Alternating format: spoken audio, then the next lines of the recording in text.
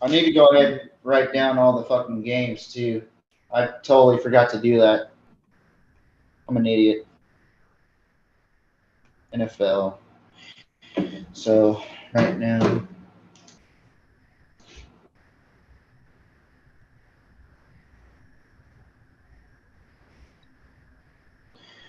and we are live, ladies and gentlemen.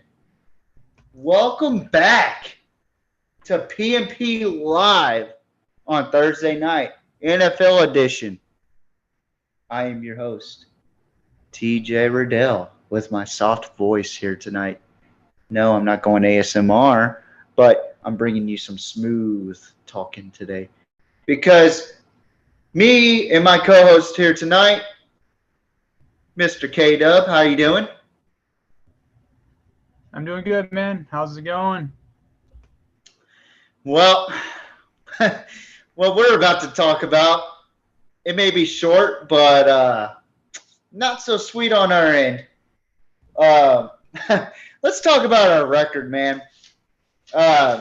First, we were not right on our predictions whatsoever in week one. Week two, hopefully, we're better, but week one we agreed on most of the games. Had two disagreements, and we stunk it up this week. Let's just be honest. We fucking suck at predicting this year. But in our favor, it was one of the worst predictions as far as most people go. It was a bad week for everyone. Yeah. So we're not the only ones that stunk it up this week. I mean, the NFL Network experts got it wrong, but they usually get a lot of games wrong, because they're idiots. Or am I thinking of ESPN? But anyway, back to our predictions. There's a lot of games that really scratched our heads. Like, this shouldn't have happened. Let's talk about Thursday night. This game started off really well in the first half for both teams. Second half, the Bills Mafia took over in this game, man. Are the Rams wicked, or are the Bills that strong? Just like our cutoffs tonight. Are we that strong with the cutoffs tonight, or are the Rams weak? Yeah, honestly, I think the Rams. I mean, they just got outplayed. There was some kind of just one of those just random interceptions that came off of Stafford there. But, yeah, it was just after that, it was just kind of a momentum shift after a couple, missed throws and went in their favor as turnovers. It was just kind of like all momentum went into the Bills' favor. And after that, it was kind of just stuck the life out of the Rams there. It was definitely hard to watch considering, I picked the Rams to win. Just I felt like they had a little bit more going. I thought they maybe were going to be a little bit more ready. I thought, what the hell happened with Matthew Stafford getting sacked 7 times, throwing 3 interceptions in that game? I mean, I thought Matthew Stafford was ready to go. His shoulder was 100%. Like, what the hell happened to the Rams? And I didn't really think of Aaron Donald in this game, which is very hard to talk about. How do you not think about that 6'1" giant, I mean, what a ugly loss for the Rams. But the Bills, oh, man, they put it on. And I had more interest in Von Miller's hairstyle than the second half of that game. Like, was he trying to be like an airbender? Like, what's going on with that hairstyle, Von Miller? Are you part of some organization that we're not supposed to talk about? Question mark. All right. Terrible performance by the Rams or terrible hairstyle of Von Miller? Which one wins out of that matchup. Definitely there. Definitely the hairstyle. Yeah, I agree. I think that's good luck. That's a good luck charm for the Rams. Or I'm sorry, the Bills. Yeah, that was his former team that people don't know. But now Von Miller has a 6-year contract with the Buffalo Bills, and they look mean on defense. There's a lot of close games, and some of them we got right, some of them we got wrong. Saints we got right. The Bears beat the 49ers. That's a shocker. But right. Then again, there was a freaking monsoon in Chicago. Did not expect that to happen. The Steelers beat Cincinnati. We thought Cincinnati was going to beat the holy hell out of Pittsburgh. No. Yeah. Pittsburgh blocked a field goal from that awesome kicker from Cincinnati, and then they kicked their own field goal to win the game in overtime. I mean, it was a good game, despite Joe Burrow looking a little shaky in that game, but it's week 1. I get it. People are going to be shaky. And the question I have for you, though, is the Bengals, they're a really good team. They're a really, really good team all around the board. The defense been lacking at times. But the thing I have for you is, are the Bengals always going to be struggling until they maybe bring another defense player in? But I feel like every time they play against a team that has a really good defense or just has a great defensive performance, their offense, with them being so good, and this is an offensive league, they still seem to fall short in these games, and we've seen it here today. Yeah, I mean, it's a tough one to call for Cincinnati. I mean, they're like one of those teams that, like, last season was a good season for them, but the total organization, like the entire franchise, is very inconsistent. So you don't know how good they're going to be. You don't know how bad they're going to be. I mean, we all knew that Joe Burrow's rookie season was going to be bad because they didn't have offensive linemen to protect him. They didn't have a whole lot of key players. And on top of that, it's just they just started getting this culture and coaching together, and that's been proven to make a big difference. And I'm hoping to see it with the Lions coming up. I think Zach Taylor has done a good job over there, but then again, Mike Tomlin has never had a losing season. So I think Mike Tomlin is a great coach. I really do think so. Like, everybody thought that Pittsburgh was going to get shellacked this season. Like, they're going to get handed their first losing season in quite some time. I mean, this was back when Bill Cowher was coaching back in the helm in Pittsburgh. I mean, this is a tough Pittsburgh organization, so exactly. Then you got the Eagles at the Detroit Lions. I mean, nobody gave the Lions a chance. I picked them to win an upset. You're the only one that did, and I commend you for that. I picked you them took winning an L like a man. 23-20. I mean, very close game, and I didn't give them a chance. I thought the Eagles were stacked this season. I thought they were going to give everybody trouble, whoever they played. It didn't matter, but it seems like the Lions are starting to build off of that culture that Motor City Matt Campbell, former Clifton Cub, former Texas A&M Aggie. Ew. I can't believe I just hyped up the Aggies. But anyway,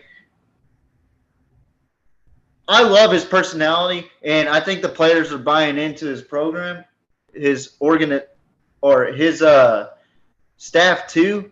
Former NFL players that really are competitive, even at practice. If y'all haven't watched Hard Knocks, y'all need to watch this Hard Knocks, because this Hard Knocks was fucking awesome. Then you got the Dolphins at the or the Patriots at the Dolphins, and wow, I'm impressed with Miami. I gotta say that. I thought New England was gonna beat the hype, and they completely shut down New England. I mean, what do you think? Yeah. I mean, it was a disappointing loss to see there. I thought they were going to be more structured. I thought maybe just the quarterback play was also just shaky. All around, it was just not a good performance by the Patriots there. Yeah. And then the Dolphins didn't even really the offense didn't really produce that much. You know? And I give credit where credit's due with the Patriots defense, but I'm still not impressed with the offense of Miami. I'm more impressed with the defense of Miami. Then you got the Ravens at the Jets. We actually got that right. Me and you got that right. So 2 games that we actually got right so far. I only got the Eagles game right. You got that one wrong, but not by much. Not by much. But we got the Ravens and Jets game right, and we were pretty spot on. How that one's pretty spot on. You were pretty close. I don't know what I predicted. I'd have to look back at the live that we did the other last Thursday or last Tuesday. Yeah, honestly, the games that were suspected to be blowouts, those are really the only ones that I really fell really short on. All these other ones are pretty close. Now the Texans game and the Colts, that was, I picked the Colts to win 31-10. I didn't think it was going to be close. And Texans really coming out. Davis Mills, man, he actually looks like a future quarterback for this organization. Yeah. Everybody not hyping up Davis Mills. Bro, Davis Mills is the guy. He is the Stanford, bro. He MVP. I'm calling it right now. Davis Mills MVP. Wait, what? I don't care what you say. The Texans this year? The Texans, right? Yeah. I'm calling it right now. Davis Mills. MVP. Hey, what about that signing, though? I mean, every piece that they put together, Davis Mills playing good like we've seen. O.J. Howard, though, just picked up. And he gets in there and gets 2 scores. It's crazy. Yeah. Yeah. Released by the Texans, Bills, too. Wild card. Yeah. Texans, wild card. They will get knocked out in the divisional round. But wild card team going into the playoffs. Oh, that's definitely overreaction. Davis Mills will be an MVP. Nah, I still see him winning like 4 or 5 games this year. I don't know. If not, he will be second in the MVP ballots. Just the way he played. That's for my Texans fans. In realism, I don't think the Texans are close to being a playoff contender or Davis Mills being an MVP. He just had a really good game, and so did the Texans. The Colts, on the other hand, what the hell? You picked up a really good corner, Stephon Gilmore. You picked up Matt Ryan. What the flip is going on over there? Is it Frank Reich? Let's look at the numbers here. They literally had too much. They had 200 more yards on just overall. Okay, and they end up losing. I don't understand what the problems. They didn't lose. The problem was Matt Ryan looked like he didn't know what was going on. He kept on dropping the ball. We did not see this coming from a veteran like Matt Ryan. Well, they didn't actually lose. They tied 20-20. Well, yeah, it's a loss. It's a loss. Either way, it's a loss. Yeah, it's a loss for them. No one suspected it. They shouldn't be happy about this. They shouldn't be happy about this. No, you're exactly right. You're right. The Titans, though, they lost to the Giants. And Who I would have told you thought so. that? Saquon. I told you Saquon Barkley will have a big game out there. I told you he's going to have a big year. And guess what? He's leading the ranks in the running back yards right now. Hey, you're telling me, dude. I thought King Henry was going to get it done, but that defense King Henry held him. ain't even in the top 5. No, he only had 80 yards in that game and 21 carries. And another big number here, because I'm a big running back guy, but DeAndre Swift has really came on the scene. I did not expect him to have a big game like that. Yeah, he had a phenomenal game. Another game that we were confused about, the Vikings and the Packers. What the hell, man? I wasn't confused about this one, man. I saw it. I saw it was going to be a good game. You know, I picked the Packers winning 28-24. You know, when it comes down to it, there's just no one to throw the ball to. You know, there's just no one to throw the ball to. There's not enough playmakers. You know, it's just when you throw the ball 20 times to your running backs, you're not going to win a football game. No, you're not. And honestly, in this day and age, you can't run the football 60 times. You cannot. And Minnesota usually brings the best out of Aaron Rodgers and the Packers. But I heard from a little birdie that Aaron Rodgers is calling out for Matt LaFleur, saying that he wants to fire him. I don't know how true that is, but I don't blame him. You're not picking up wide receivers in the draft. That's what we were talking about in the pre-draft special. That's what we talked about in the draft special. But here's the thing, TJ. They picked up guys in the draft, but they picked guys that weren't ready to start day one. They picked up defenders. They picked up a defensive end or a defensive tackle. And you're telling me that Romeo Doubs and Christian Watson are going to go out there and light up the field? These guys are not guys that are going to be starters, man. It's just it's mind-boggling. It's despicable, and it's really hateful towards Aaron Rodgers here. I am just disgusted with it all, honestly. And if you're a Packers fan, he got a good contract. He got a good contract. And not only that, it's just you let a defensive guy. And the name's slipping me, but the guy that was on the Packers last year, he had injuries. He's now an edge rusher for the Vikings, and he comes in here and has a big game. What's his name? Is it Smith? It's Smith. I forgot his first name. Zach Smith. Who? Zach Smith. Isn't it? No, man. Edge rusher. Oh, Zadarius. There you go. Zadarius Smith. I was close, but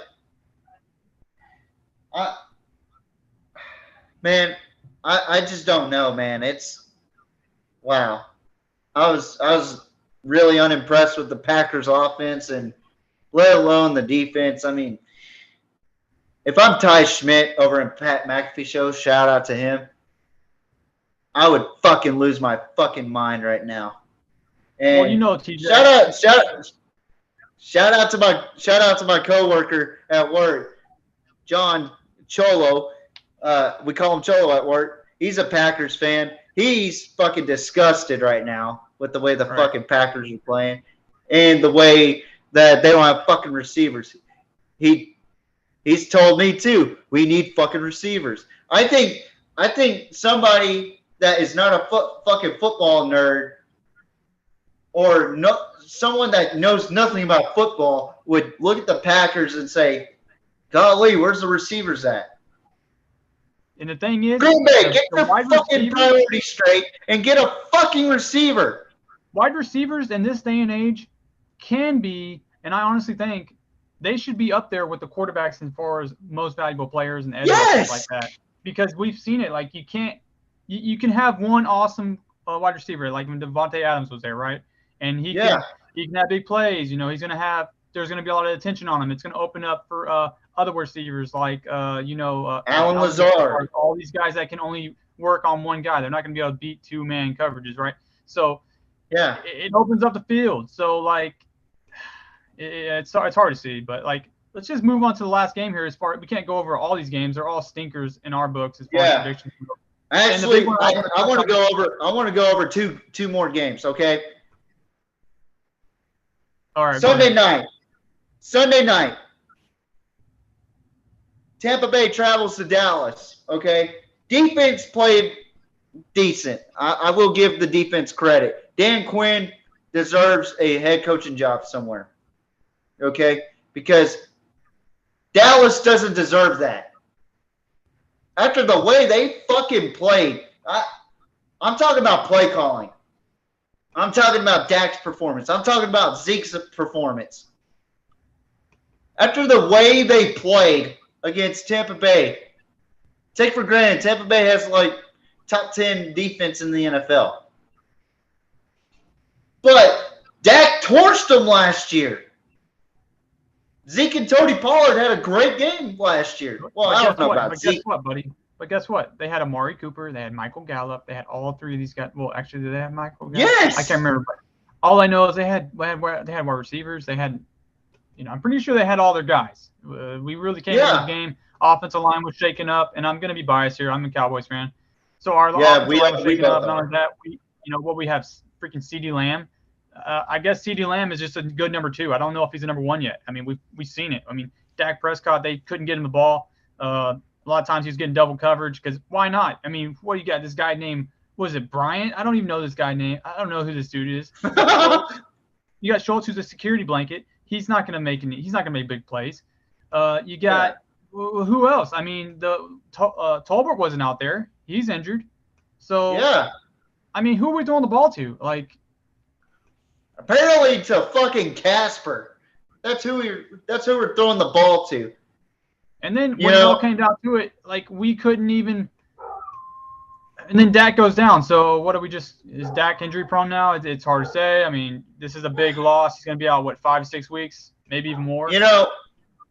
Someone made a ridiculous claim. I think you know who I'm talking about too. Stephen A. Stupid ass Smith. Okay, Stephen ass Smith. Okay. This guy wanted to go on his show and say that people whispered in his ear, like, okay? And say, the Cowboys need. All right, I'm doing Stephen A. Smith's impression right here. Get ready. Someone told me that the Cowboys need to go into the free agency and pick up Colin Kaepernick. Do you hear how fucking idiotic you sound? Yeah, that's the stupidest thing I ever heard, man. Like, yeah. A man that's been out of the fucking game for 6 or 7 years off of a ridiculous. It's crazy. Like, people are just going to throw out names that are just so washed. Like, I heard Cam Newton even. Like, no, dude. Cam Newton? Like, what the fuck? And honestly, Cam Newton would be a better fit because at least we probably just change the whole offense because we got 2 pretty good running backs. And as far as I see, without these wide receivers playing, we can't even get the ball downfield. So, I mean, I really want. There's another free agent that. There's another person they mentioned, Antonio Brown. You think I want fucking Antonio Brown in that locker room? Yeah, like, let's not get desperate now. Like, that guy's not playing in the league again. Like, what he did was disgraceful. Him and Kaepernick. 2 disgraces in the NFL, in my opinion. Okay, I get it. Stand up for what you believe in. I get that part. But to use that, we might as well just, you know what I'm saying? It's stupid. Like, we might as well just go get Henry Ruggs out of prison now. Like, are we that stupid? Fucking like get O.J. Simpson. Like, what the fuck are we thinking? And then just move on. And let Cooper Rush be a quarterback. Like, fuck it, I'm done. But kudos to Tom Brady for playing through all of his fucking struggles. I will say that. Golf claps for him. But fucking Cowboys season's over with. If we got the lowest fucking points per game right now. Fucking 3 points in 4 quarters for Dallas. Just screw being on the bias train. I got to give command. Yeah, I'm done with that shit. Julio Jones looked like Julio Jones. Tom Brady looks like Yeah. freaking peak Tom Brady in some of those throws he made. I give him respect. We weren't Yeah. the odds were definitely not in our favor, but at the same time, like I did not expect, like, come on, man. I thought the whole Giselle thing would fuck up Tom Brady. I thought we finally had him in our grasp. I Well, thought, when he's angry, he plays better. Let's just be honest. He just plays better. yeah. I thought he was he's sad Brady. I'll be honest. I didn't expect angry Brady to come out and fucking throw touchdown passes over fucking. You know what? I'm probably just as sickened about this game or not. No, I'm not. I'm kind of happy because my grandpa Jim's team won this game, the Seattle Seahawks. But they won for stupid reasons. First of all, 51 seconds, 2 timeouts. Okay? You're going to run down the clock with Russell Wilson at quarterback. Okay? And you're going to kick a 64-yard field goal? What? Are you insane right now? That's ridiculous. Denver should not deserve what hype they're getting right now. Kayla will be right back. But, yeah, Denver should not deserve whatever hype they're getting right now. I think it's embarrassing to have a quarterback as much caliber as Russell Wilson has, as much caliber as Jerry Jeudy has, Cortland Sutton. And then on the defensive side, you have a really good defense. The defense played a little bit better than what Denver's offense played. Seattle, they came to play. Geno Smith came to play. And motherfuckers were trying to write him off and shit. Well, guess what? He plays the game. He played the game very well. And I was more impressed with Seattle's gameplay, is their game plan going into this game. But I'm not impressed with the play calling by Denver. There were some questionable play calls. There were some dumbass calls. A 64-yard field goal kick. Who the fuck do you think you are, Justin Tucker? You're not Justin Tucker. And I don't care if that's a coaching call. That was a dumb-ass call. But, yeah. So my overall record this week, I'm pretty fired up about this because I'm not too happy about my predictions. 4-11-1. 4-11-1. Possibly one of my worst predictions ever in selecting teams. Like, this was bad. Not just picking teams, but picking the scores. I don't even remember what I said last week. I think I had the Colts running all over the Texans. I had the Broncos running all over the Seahawks. I had the Cowboys winning a close one. I had the Raiders winning by 7. I mean, that was a good game. That was the only good game that I will commend. The Jaguars, I thought they were going to play better. The 49ers, like, I knew Trey Lance wasn't all that, but I thought the personnel they had was going to make him look good and to help him teach on how to be a good quarterback. But the Bears came to play, even though it was a monsoon in Chicago.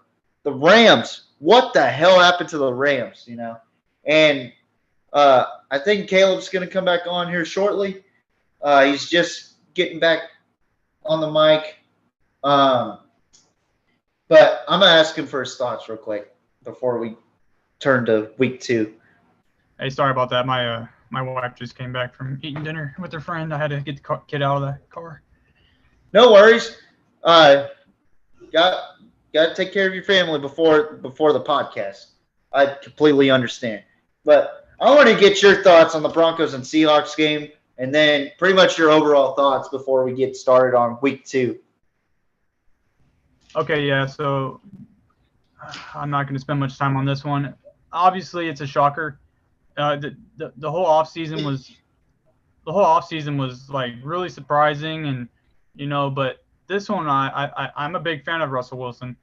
I thought he was going to come in there, learn the whole system, and honestly, the whole team just looked kind of in shambles at times. And now, granted, you can't really help, when running backs fumble the football. It's not really his fault, but just overall, just they didn't look in sync at all at times. They weren't consistent, and I thought that was what was going to be their staple. Like they were going to just be strong all across the board on offense. And maybe just one loss like this to a team that was, the Seahawks, who have no, I Identity. guess they can't get any, it can't get any worse. When you go and pull up Geno Smith out of his, disappointments, he played well, and the whole team and Seahawks played well, and that was it was a big shocker, man. Yeah. Big shocker. Can you tell everybody your overall record? I just told them my overall record. We both got a tie. Well, I don't know my overall record. I just would say that I got 3 wins, and that was the the Saints. So you got 3. Yeah. Yeah, and then I had the Ravens over the Jets, which was a close one I got right. The Saints and Falcons, I had more of a blowout. That was a close one in reality.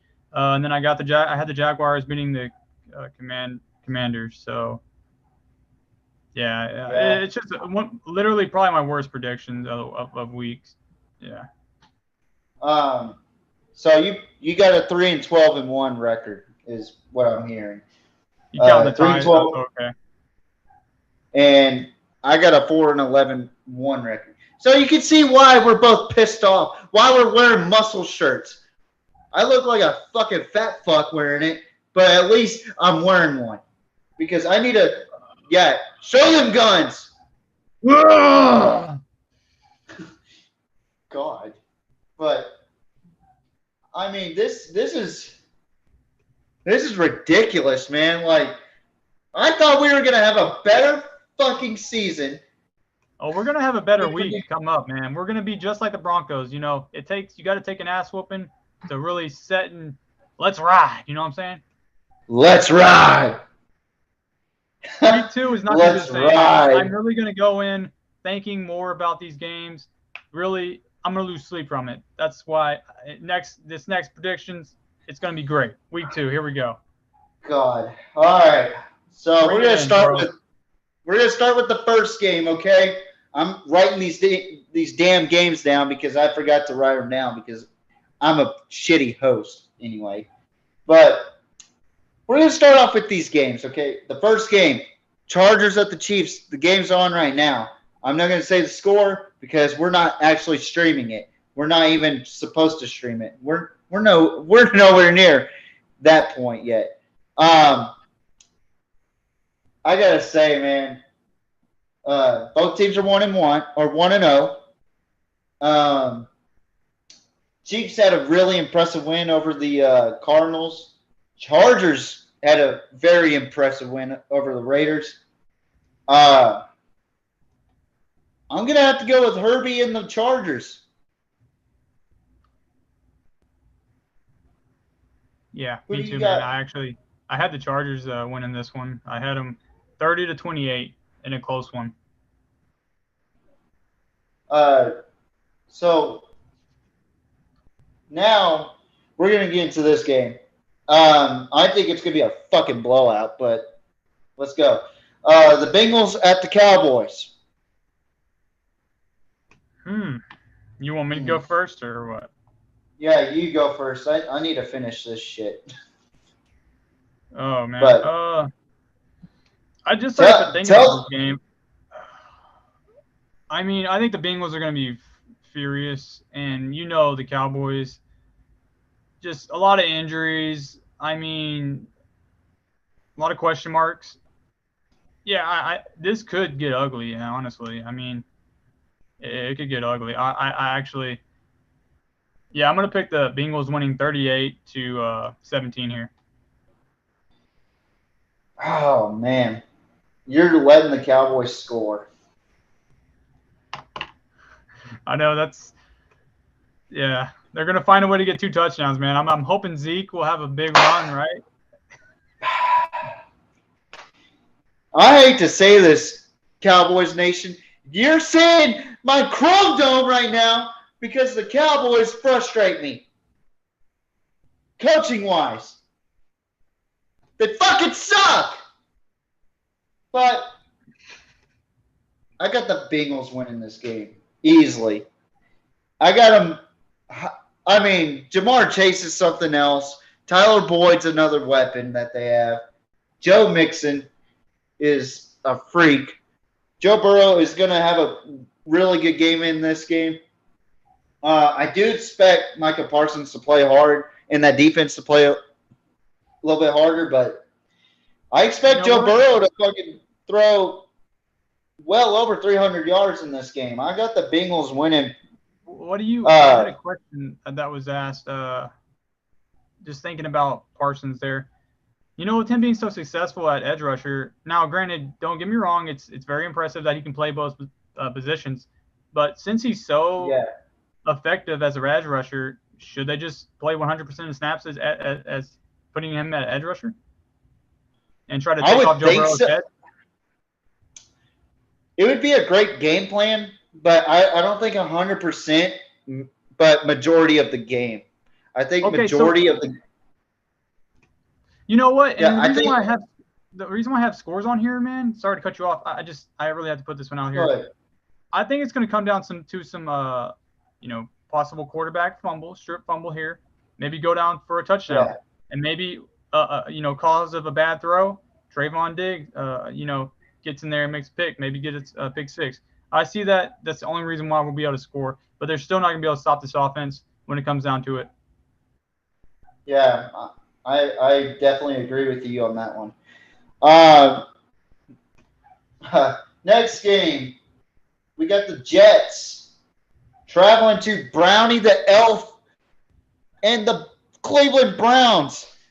Browns look good against the Panthers. I mean, the Panthers look good against the Browns. I mean, both teams look good against each other. So we really don't know who we got here.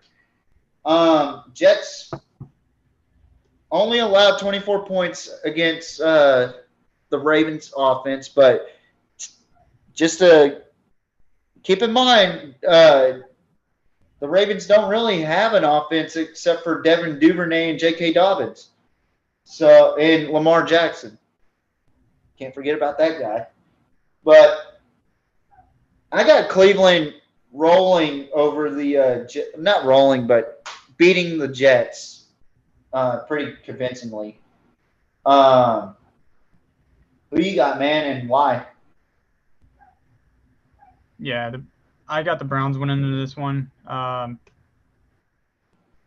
mean, what does it look like? Joe Flacco's still going to be the quarterback next week? Yeah. I'll pass. And then not only that, just the Jets defense struggled against the Ravens even at times. But yeah, Devin Duvernay, former Longhorn, had 2 touchdowns against them. I mean, their defense got shredded against Baltimore. So, that defense is a cause of concern. Yeah, I'm going to go with the Browns here. And I'm not going to put it too close. I say the Browns are going to be able to run the football. I feel like they're going to be able to do what they want to do on offense. And, they're going to win. I'm going to pick it to win 31-7 on this one. Yeah, because they don't have Deshaun Watson yet, so yeah. But next game, this is the first time this team in over 24 games has been favored to win. We got the Washington Commanders squaring off against those knee biting. Those I'ma rip you the fuck apart. Detroit Lions. Matt Campbell, Motor City Matt Campbell, taking on Ron Rivera. Who do you got? Oh yeah, I'm going for the Lions here, man. I'm really high on the Lions this year. I feel like they're going to be able to get to that 500 mark. I know that seems like a reach, but I'm gonna go off of a limb here. I like some of their players on offense. I like Swift. Well, actually, I wasn't too high on Swift. I'm not gonna be honest, but I'm a big fan of Amon St. Brown. I like T.J. Hawkinson. I like these weapons, and I said it that Jared Goff was gonna have a pretty good year, and he's gonna be shown to maybe get close to that 15 to 10 mark as far as a quarterback, which is a big reach. No one's saying that, but I'm hoping that I can go off on the limb and maybe surprise some people. So yeah, I'm gonna go Lions here, and I don't see it being very close either. I think the Lions are gonna go in here and really bite at them kneecaps. But yeah, I'm gonna go with the Lions here, and I see them winning 24-10 on this one. Yeah, you know what? That's actually what I got. The Lions beating the Commanders 24-10. I think their offense hasn't – yeah, hopefully we're right, dude. I swear to God, if we're not right, I'm going to lose it. But in all seriousness, I think the Lions have gotten really better on offense. The defense could use a little bit of work. They're still a rebuilding team. They've been a rebuilding team for the past 2 decades since Barry Sanders left, since Calvin Johnson left, And right. I think what Matt Campbell is doing right now for the Detroit Lions is a great thing for the organization. It's a great thing for the community. It's a great ordeal for the Detroit community or Detroit town. So, I have full confidence that the Lions will win at home against the Commanders. First time in 24 games that they have been favored to win. How surprising is that? Yeah, that's very surprising. Yeah, very interesting stat there. So next game. This one might be a nail biter, in my opinion. This game might surprise a lot of people because Tampa Bay versus New Orleans is always a good game in recent memory. Ever since Tom Brady came to Tampa Bay, it has been a classic. And in regular season play, the Saints have had Tampa Bay's number for the last couple of seasons with Tom Brady being there. This is a tough call for me. Yeah, the Saints came back and beat the Falcons. But I think they're going to do it again. I got the Saints because they ain'ts. I got Jameis Winston. Your surprise. I'm going to go off. This is your surprise win right here because I'm definitely not. This will be a shocker. Okay. I think Jameis Winston and that offense, that fourth quarter, really stood out to me. The Bucs offense, I mean, yeah, they're good. They got all these players and stuff. But they played a struggling Cowboys team that really held them until the fourth quarter. And they just ran away with it. I think the Saints' defense is a lot stronger. Not a lot, but a little bit stronger than the Cowboys' defense. I think the offense is well-rounded around Jameis Winston. I mean, look what he did in that fourth quarter. I think he only had 3 complete incompletions in that fourth quarter. And he had 212 yards in the fourth quarter. This is not the entire game. The fourth quarter. 212. We know what he's capable of. If you give him the right parts, he will play good. And he's got the right parts. He's got Jarvis Landry. He's got Michael Thomas. Man, I really think the Saints are going to win this game. They're playing at home in the Superdome. If it was in Tampa Bay, it would have been a different story. Right. Week 2, in my opinion. Well, I must say that's. But I got the Saints. I'm definitely going to say that's a reach. But if you can get that one right, man, I'll definitely buy you dinner. I'm going to go completely different route here. I feel like it's going to be a close game to the first half. I feel like it's going to be a tie ball game at the first half there. And then totally Buccaneers are going to find a way to really exploit this team. And we're going to start to see the real Jameis Winston on this one. Just for this game, I said Jameis Winston's going to have a good year. But this game, he's going to find a way to lose the game for him. And people are going to think, is this guy selling? I mean, who knows? So I'm going to go with the Buccaneers here. You know, I'm going to have to go 32 to 21 on this one. Next game. I mean, yeah, I agree with what you say about Tampa Bay, man. They might bounce back, but that's our first disagreement of tonight. Okay. But more to come. Yeah, probably. Because this next game is another tough one to pick. The Carolina Panthers and Baker Mayfield are marching into the Meadowlands to take on Tyrod Taylor, Daniel Jones, Saquon Barkley, and the New York Giants. Wait, did you say Tyrod Taylor like he's part of that offense? Yeah. Why? They don't do 2 quarterbacks? Okay, anyways. Oh, God. That's just to hype up the crowd. What is that like what they're going to be doing? They're going to be running the court QB option? Have you seen something I haven't known about?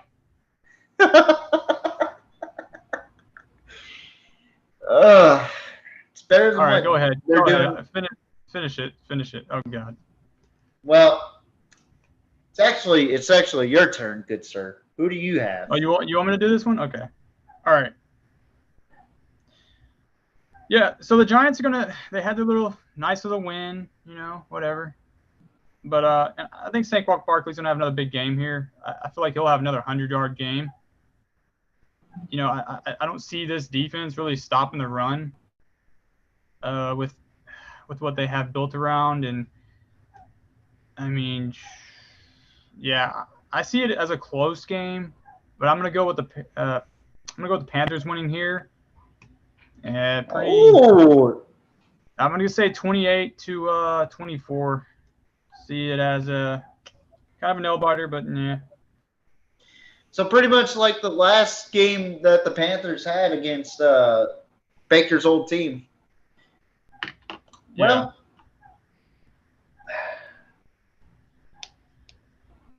man, this is a tough one. Probably going to be the toughest game to predict, in my opinion. The Giants did really well against King Henry, because who does Ryan Tannehill have weapons, Nobody. Who's he going to throw it to? Traylon Burks, who's been puking on the sidelines. Panthers played a really tough defense. Baker did throw a very good game, in my honest opinion. I think he had a great game. I think the Panthers are starting to shine light, just like the Lions. They're actually starting to do great things over there.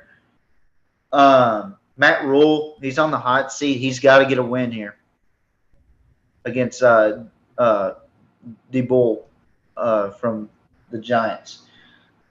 Right. I'm going to pick the Panthers as well. I think the Panthers are going to go in and they're going to stop the run. They're not going to stop the run. They're going to gosh, I can't speak right now, but I think they're going to expose that secondary that the Giants have, which they don't have James Bradbury over there anymore. He's with Philadelphia. Right. So I think the Panthers are going to win. And they're going to win by 2 touchdowns, in my opinion. But me and Cato got the same team again. So only one disagreement so far, fellas. It may be another disagreement. And just a side note on that, yeah, the Panthers, this is a make or break win right here. That just coming out as an 0-2 start, that's really going to be heavy on that start of the season there, and they really need it because a lot of people, I've heard people say that this team, they have a lot of weapons now, and Baker, if he can play like the Baker we've seen before, which is a good quarterback, then this team could be a possible playoff team. So, they don't need to go 0-2 in here, and I just see them as they're going to fight really hard here, and they're going to get W. And Giants still play well, but they'll lose. Yeah, I agree. Next game, we got an 0-1 New England Patriots team. When was the last time you heard that? Yeah. They're going to take on a 1-0 Pittsburgh Steelers team. I mean, this is an interesting matchup. Patriots look sloppy. Steelers look decent.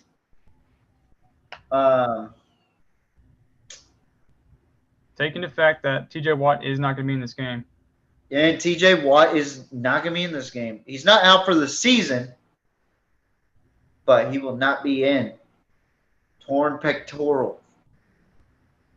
Not surgical. I'm going with the Patriots in this game. I think Mac Jones is going to bounce back. I think that Patriots offense is going to bounce back. The defense is actually going to hold Najee Harris to less than 80 yards, in my opinion, which is a very tough task because he's also a receiving back. Not 80 yards total, but 80 yards rushing. They'll hold him to about 40 yards receiving. And Deontay Johnson, he's going to have trouble against that secondary that New England has.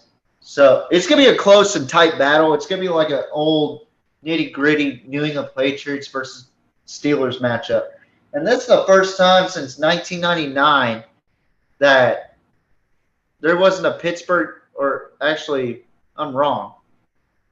This is the first time in a long time that the Patriots and Steelers game do not feature Tom Brady or Big Ben Roethlisberger. That's so very interesting fact right there. I got the Patriots winning by 3 in this one. It's going to come down to a game-winning field goal. Yeah, man, we are on the same page here, man. I actually have the Patriots and Steelers going into overtime. Yes, going into overtime. It's going to be slow grind. It's going to be a slow grind here. It's going to be a battle of the Harris brothers. Yeah, that's Damian Harris and that's Najee Harris. That's going to be the storyline of this game. Not much going to go into the throwing the football. It's going to be real ugly there. But there's going to be just ground and pound, and just the tougher team's going to win this one. And I just, with not seeing T.J. Watt on the field there, I think it's going to be a bad it's going to be a hit to him, and that's going to be what's going to make this a win for the Patriots here. Yeah. 20-17. Woo! That's going to be a good one. Next game. 2 unimpressive teams in this one. The Colts, who tied with the Texans. You might as well chuck that up as a loss. Hey, TJ, and there's a big news report here. Speaking of ties, it is 17-17 with 14 minutes left in the quarter. Chargers-Chiefs. Woo! Hopefully the Chargers can pull out for us, man. Yeah, I hope so, man, because Yeah. I'm tired of doing these stupid predictions. I'm just kidding. I don't want to go 0-1 today, please. Oh, yeah, But go ahead, man. Go ahead. so we got the Colts, who tied with the Texans, who are that might as well chalk it up to a loss, in my opinion. They traveled to Yeah, Duval. they're O and L. Yeah, exactly. Not cool, but ooh. But anyway, they traveled to Duval County to take on the Jacksonville Jaguars. I mean, I've been to Jacksonville. I know you've heard my stories. Emerson Street, strip clubs over there are nice. I mean, eh. But Hey, Jacksonville Jaguars football. the big question is, are we going to see Darius Leonard or Shaquille Leonard? Okay. Yeah, That's going to be, we all want to see Darius Leonard, if we're being honest. Shaquille, yeah. where were you, bro? Where were you? Did he even play? I don't even think he played. Who do you got? Oh, man. Who's gonna bounce back and win? They're playing Keyword win. Yeah, they're playing in Jacksonville, dude. Oh, man, I hate to go this way. Oh, I can't believe I'm going. I can't believe it. I'm going to go with the Jaguars winning this one, man. What? Yeah, I know you think the Colts are going to clean up their offense, because they shot themselves in the foot a few times going against the Texans. But, man, yeah, I'm going to go with the Jaguars. I feel like they just got a little bit more momentum, and it's going to come down to who's not going to fumble snaps. So I'm going to go with the Jaguars here. Does Matt Ryan have some small hand syndrome? I don't know. It's a big deal. Probably need to get it looked at, but whatever. I'm going Jaguars here, and it's going to be a close one, obviously. I mean, come on now. The Colts should win this game, but I'm going to be crazy. So I'm going to go Jaguars here, 28-27. Really close. Really close. Very interesting take right there. Yep. But you forgot one integral. I can't say the word. Okay, I can't say the word. I'm not sophisticated enough. You forgot one key factor that Jacksonville has.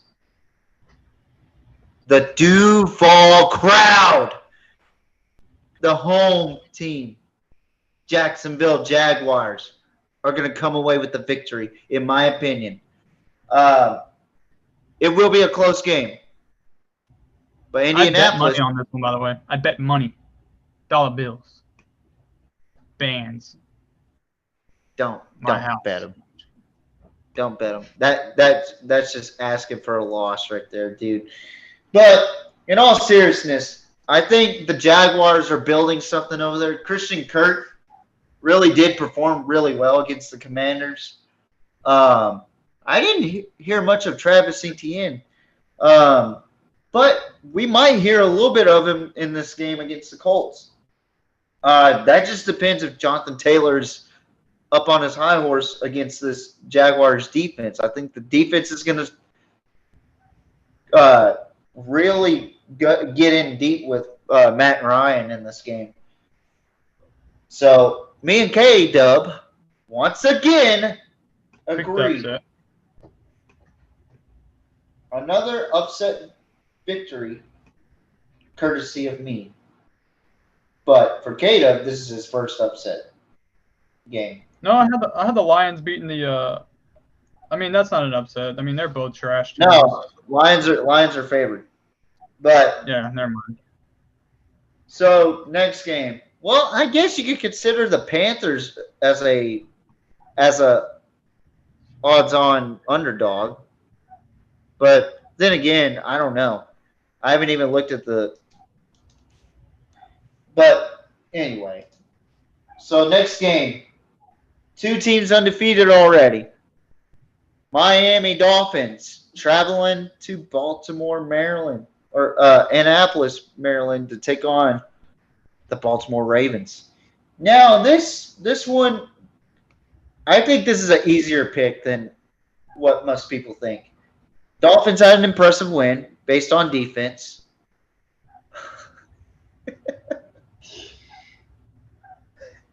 But I think their defense is going to struggle against Lamar Jackson, J.K. Dobbins, and another guy that nobody thought would be in the NFL long, Devin Duvernay. Devin Duvernay is a very impressive wide receiver. I think Devin Duvernay is primed to really showcase his skills with everybody. He fits this offense so well. I got the Ravens winning. I got the Ravens winning this game based on their offense. And this is weird to say because Baltimore's a defensive team. But their offense is explosive, man. Running the ball, and Lamar can throw too. It's just who can he throw it to? Well, he's got a man to throw it now, Devin Duvernay. Who do you got? Yeah, I agree. I agree for the most part. I'm going with the Ravens as well. I mean, I just don't see them. I see them taking out Tyreek Hill for the most part.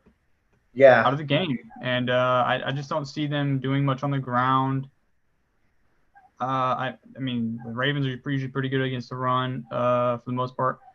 Yeah, I can just see this. I can see this as a close game, but I got the Ravens just a safer pick in my opinion. I think Lamar Jackson's going to really get going. I think just the running game and what they're known for, and just get this offense running and get their identity right.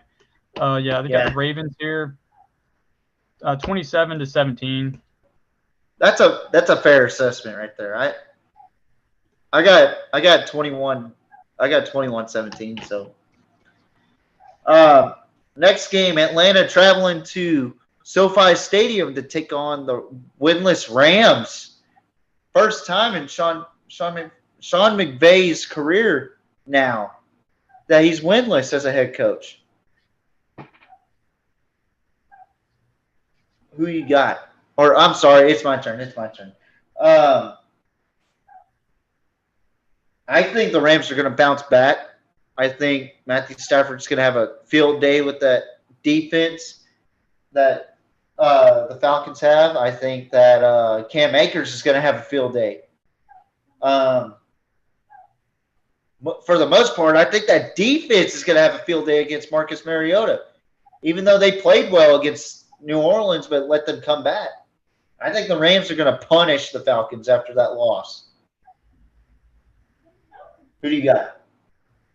Yeah, I'm on the same page, man. I could just see this getting ugly, honestly. I think the Falcons, they played a good game,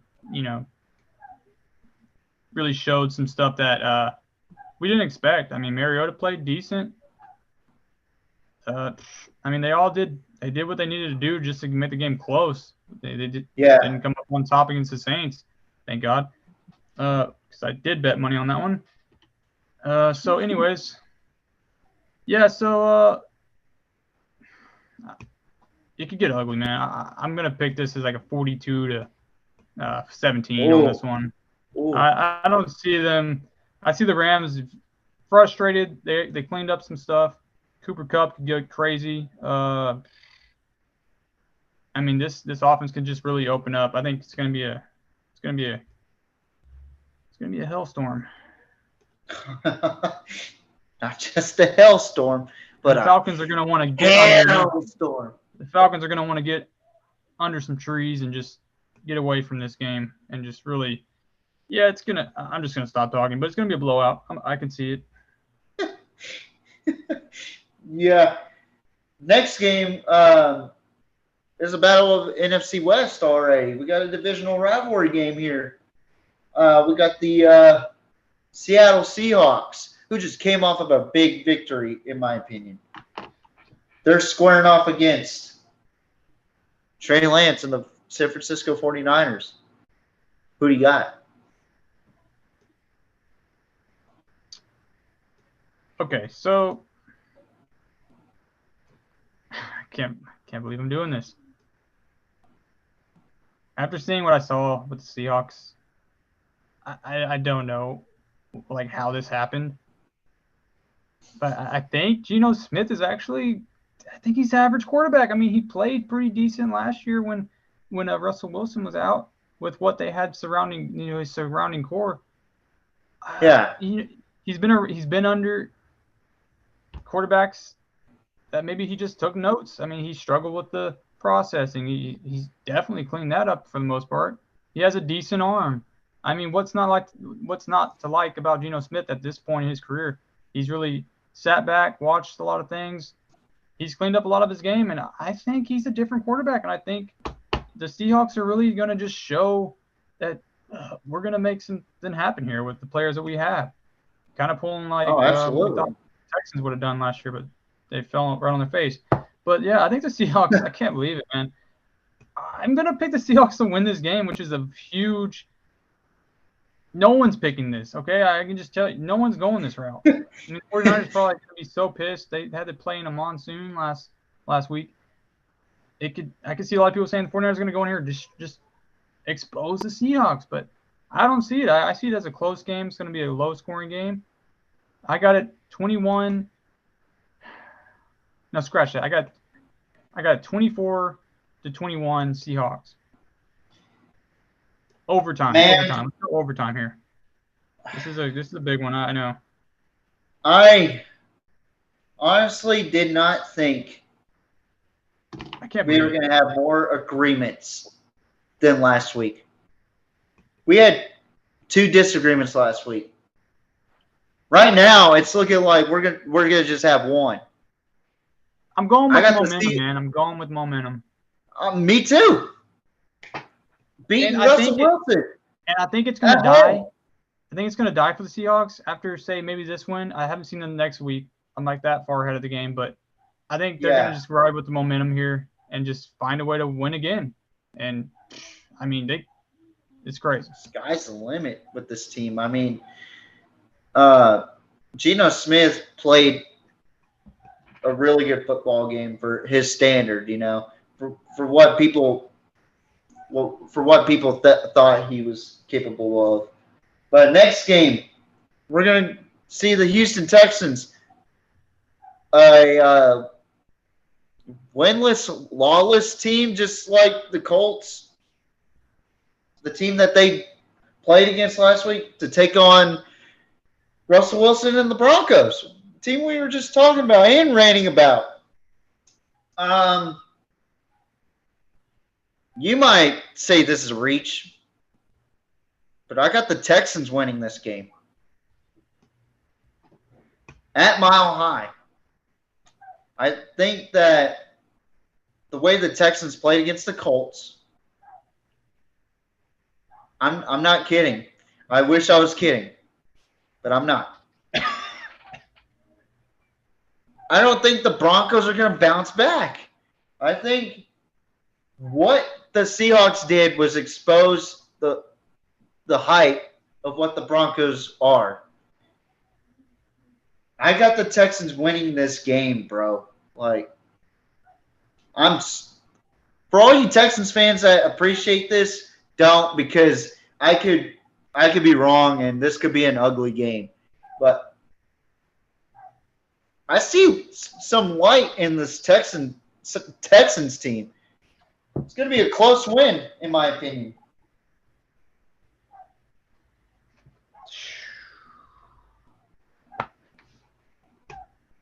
So you got the Texans over the Broncos, huh?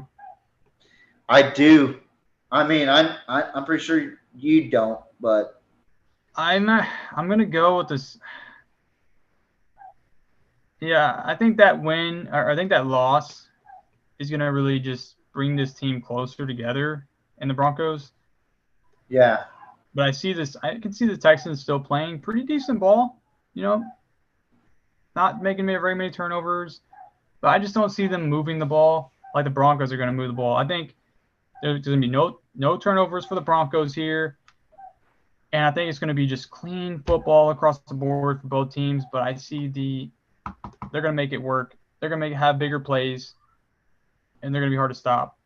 in the Broncos. Yeah. So I think the Broncos are going to really turn it around here after that loss. And I think it actually might get ugly. I'm going to go with 35-14.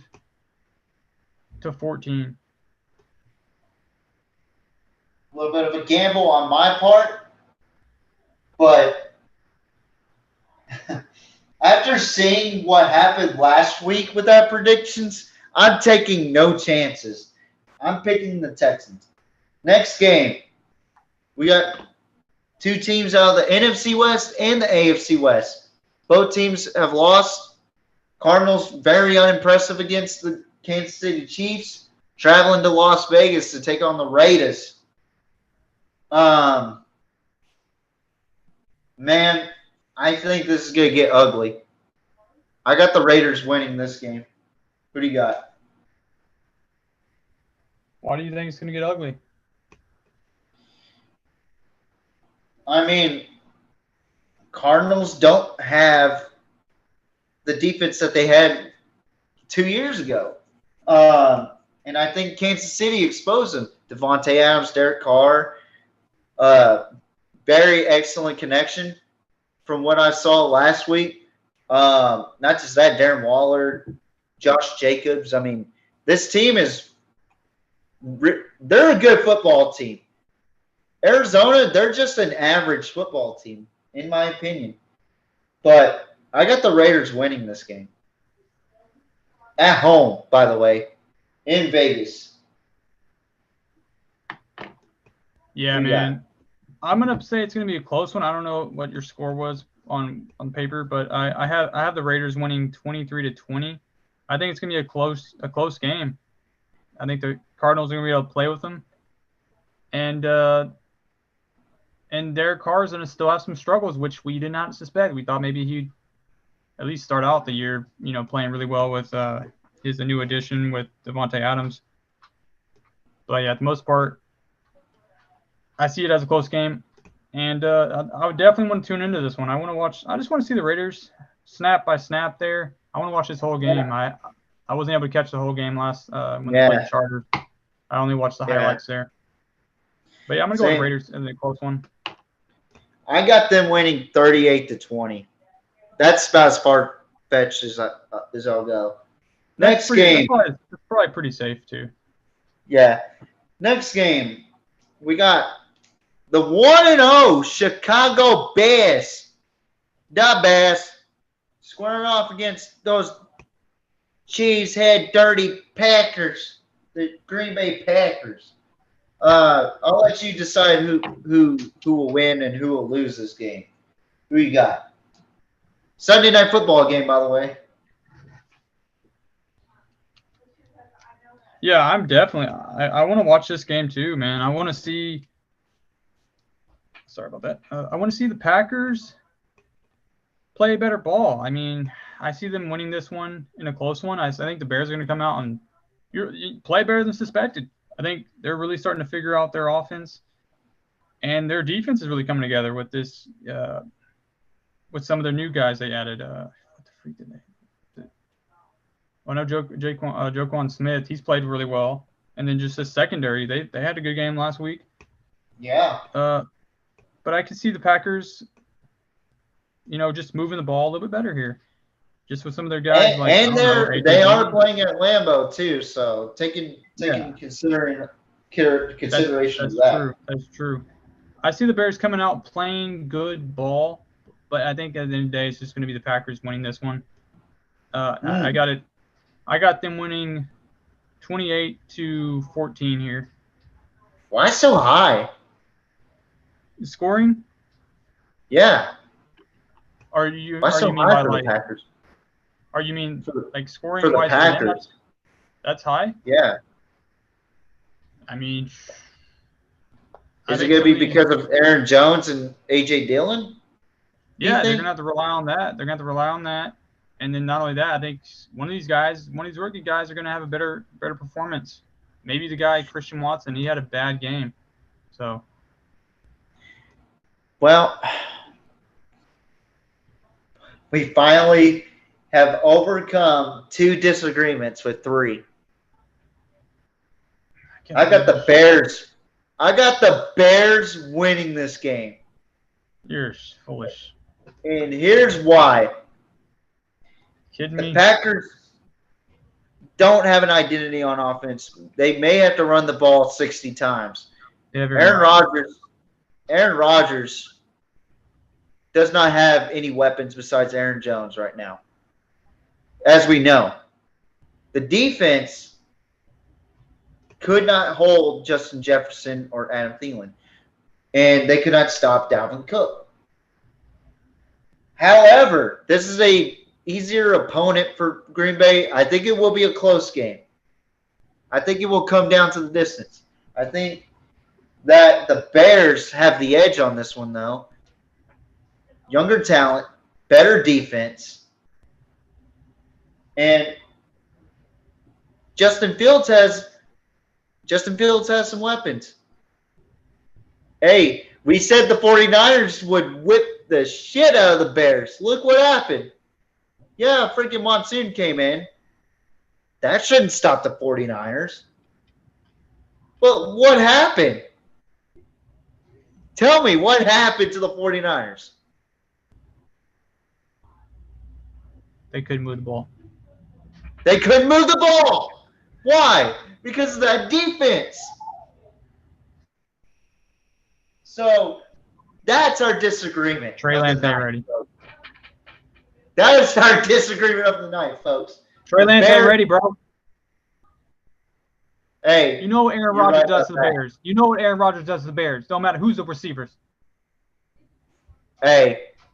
You're stupid. He may own them. He may own them, but not in this game. Not in this game. I see something. I see something in this game for Chicago. I really do.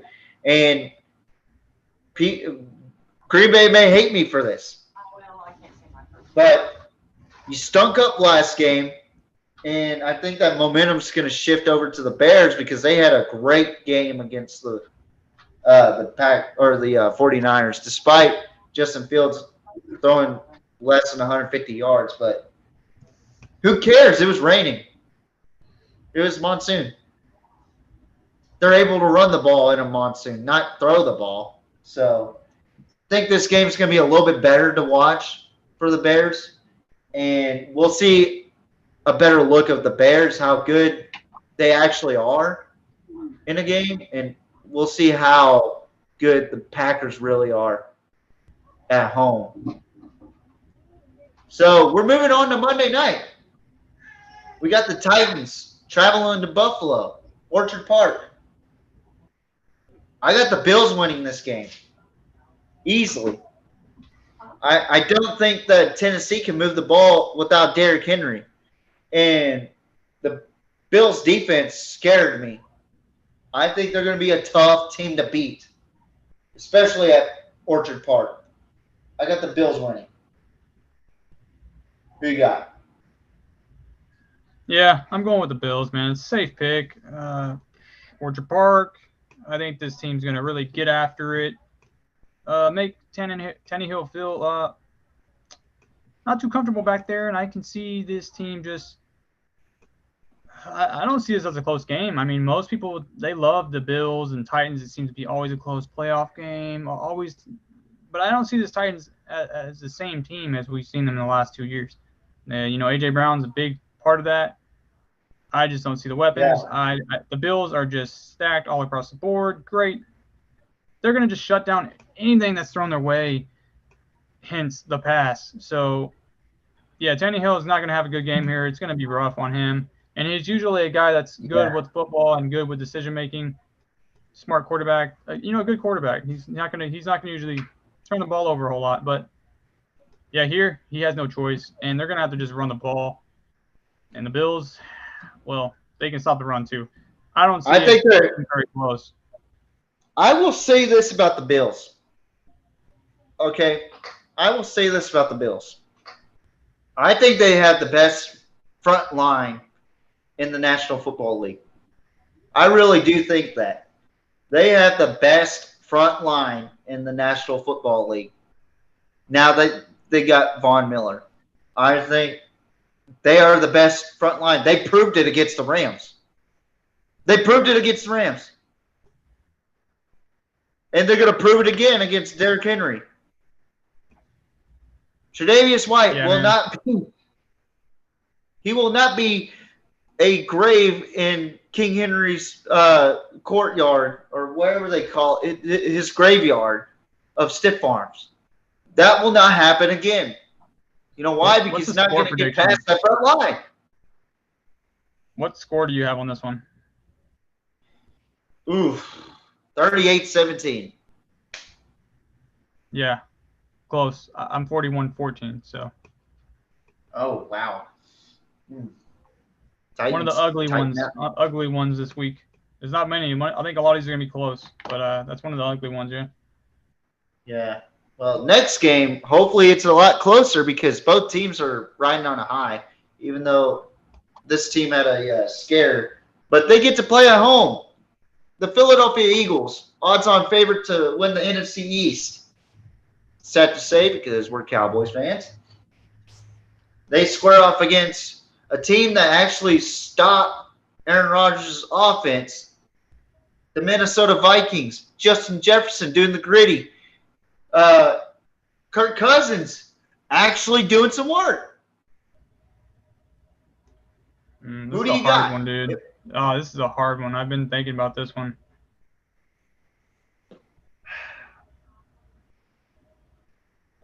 I think it's going to come down to home field advantage here, man. Oh, I hate to do it. But I literally picked the Lions to make an upset win over the Eagles. But the Eagles, let's be honest, they have as long as Jalen Hurts is playing pretty good football and he's not turning the ball over and he's at least making these throws to his playmakers, I mean, this team is dangerous. They have a pretty good defense. Yeah. Not a great defense. They're okay. But this offense can be dangerous, man. They got two receiving threats out of the backfield in Sanders, and, well, he can be at times. He's just good in space. And then you got a guy like was it Gainwell? He's pretty solid as well. But not only that, yeah, Gainwell, Dallas Goedert, you got AJ Brown. It's just a lot of things you got to cover. The rookie last year, Smith. So yeah, I can see the Eagles winning this game. It's going to be close. I mean, it could even go to overtime, but I'm going to stick it with the home field advantage here to give them a little bit more of a push. I think it's going to be a higher scoring game. I'm going to go 28-31 Eagles off a walk-off field goal. Ooh. A beautiful game. Masterpiece by Cato. Well, my prediction, it is going to come down to whose offense is not going to make the most mistakes. I feel like Minnesota's defense is a lot tougher than Philadelphia's. I said tougher, but not better.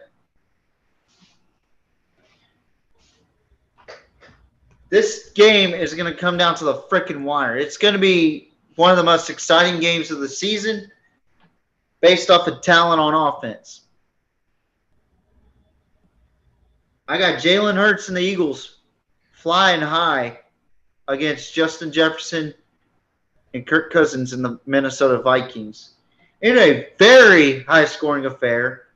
I got this game going 45-42 in this game.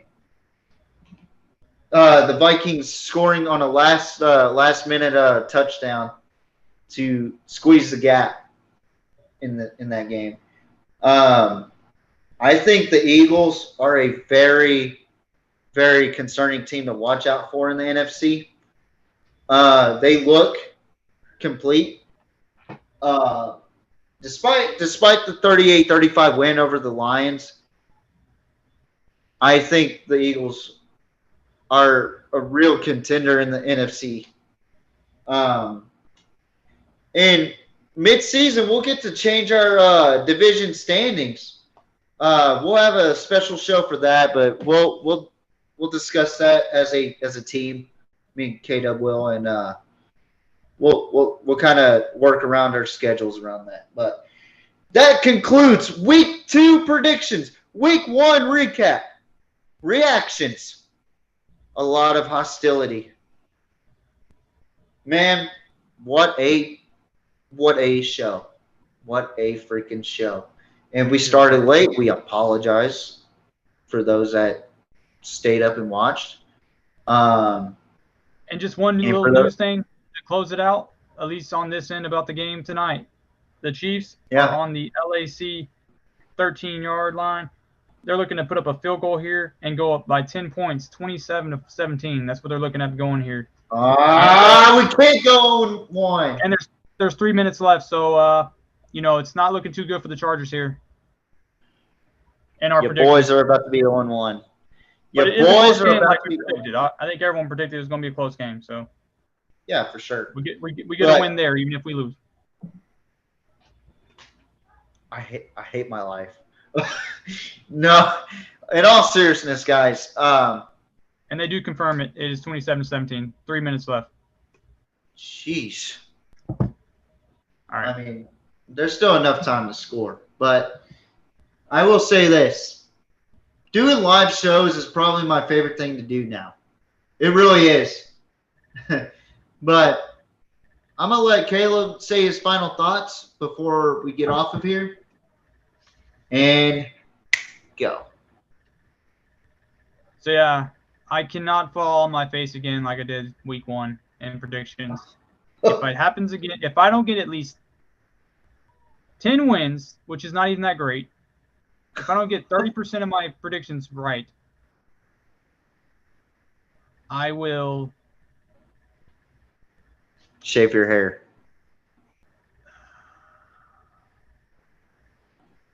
I'll probably retire. He wouldn't take the deal. No, you can't retire. You're still on this show. I gotta get at least I gotta get double my freaking wins last week, which was 3. It's not happening, man. It's not gonna happen. I swear I'm better than that. If I don't get it right, then I don't even know what I'm doing on this podcast. Bro, you think you have bad? I did terrible in college too. But in all seriousness, guys, we do these predictions to have fun. We keep up with our predictions, try to see if we can outdo each other in predictions. Thus far, I have them by 1 game. We're gonna wait until the Super Bowl to find out. And we're gonna find out who's the better predictor in this season. And I cannot wait for that. I cannot wait to rub in the fact that I am a better predictor than you are. You know that? No, just kidding. No, but we are gonna go over our overall records before the Super Bowl, and whoever wins that Super Bowl and predicts the closer score will win the. So if we have a tiebreaker, basically is what I'm saying, and we have a winner for the Super Bowl, but we're tied. The prediction of the score will be the tiebreaker. Pretty much, if you have like a fantasy pick'em or something like that, and you end up with a tie and you go for a tiebreaker, you pick the best score. So that is a new part. We will be doing another NFL draft special in 2023. Whenever the 2023 draft comes on, the first round, we will be on. And we might have guests. You never know who might pop up. Yeah, we're just improving every time. We want to make the best experience for this podcast. I mean, we want to just be in touch with our subscribers, with our followers, you know what I'm saying? Like I want to make it fun for everybody. I want to make it worthwhile. Y'all are what makes this podcast. So come out and support, man. Yeah.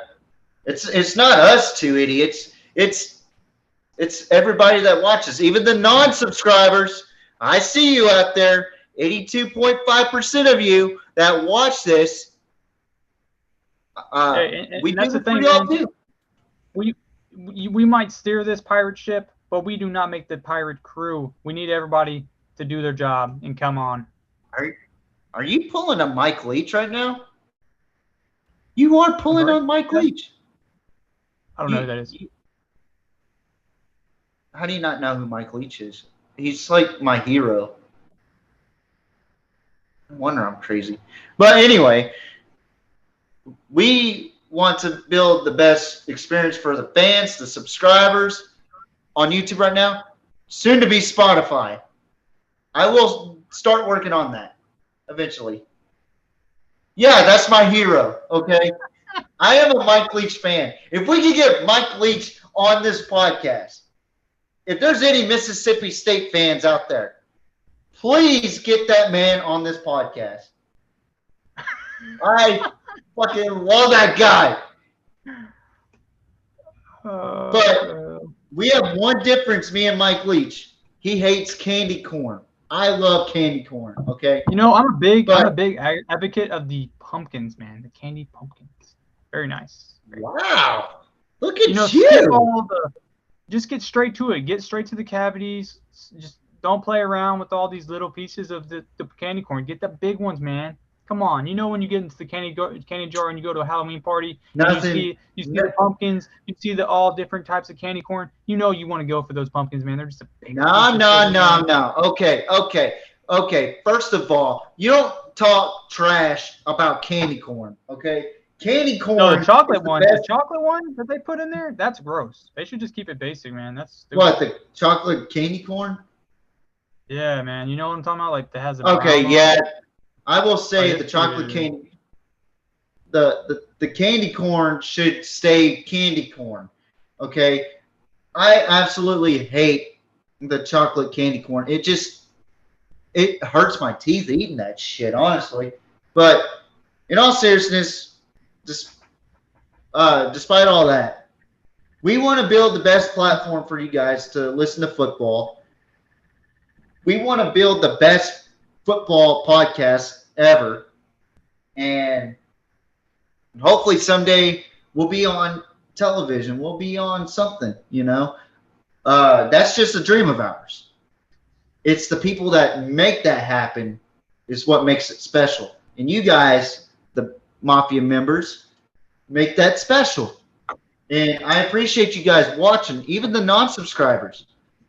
For those that are non-subscribers, hit that like, hit the subscribe button, and hit that notification bell, because you don't want to miss these episodes where we're talking about where I come in and talk about college football. I may have a guest every once in a while. I may do it by myself because I feel like it that day. NFL, you'll have me and Caleb on. We may have a special guest to talk about NFL. You know, so don't. High school. We like talking about high school football in Texas. Yeah, go over a little bit of high school too. We talk about when we played with the coastal side. We want to keep it central. You know, screw the coast. But you know, it is what it is, right? Whoa, hold on. You can't hate on my coastal bend like that. Oh, okay. We'll keep this topic for after the show. We don't want to hold these. Yeah, hey, you didn't say your one-liner. Usually you say something like another day, another story, or another story let's just keep that Tuesday. That's a story for another day. Let's just keep that. Yes! Okay. I appreciate you. And I appreciate all you. But for real, non-subscribers, please subscribe. Hit that notification bell. Hit that like button. Because trust me, man, we are entertaining and we love football and we know football, because we are the cream of the crop of all football podcasting. We are the best damn podcast in all of professional football, in all of college football. We are the PMP. Thank you for watching tonight's show. I appreciate you guys for tuning in, and ta-ta for now until Tuesday night. Yeah. Peace! Good night. Peace!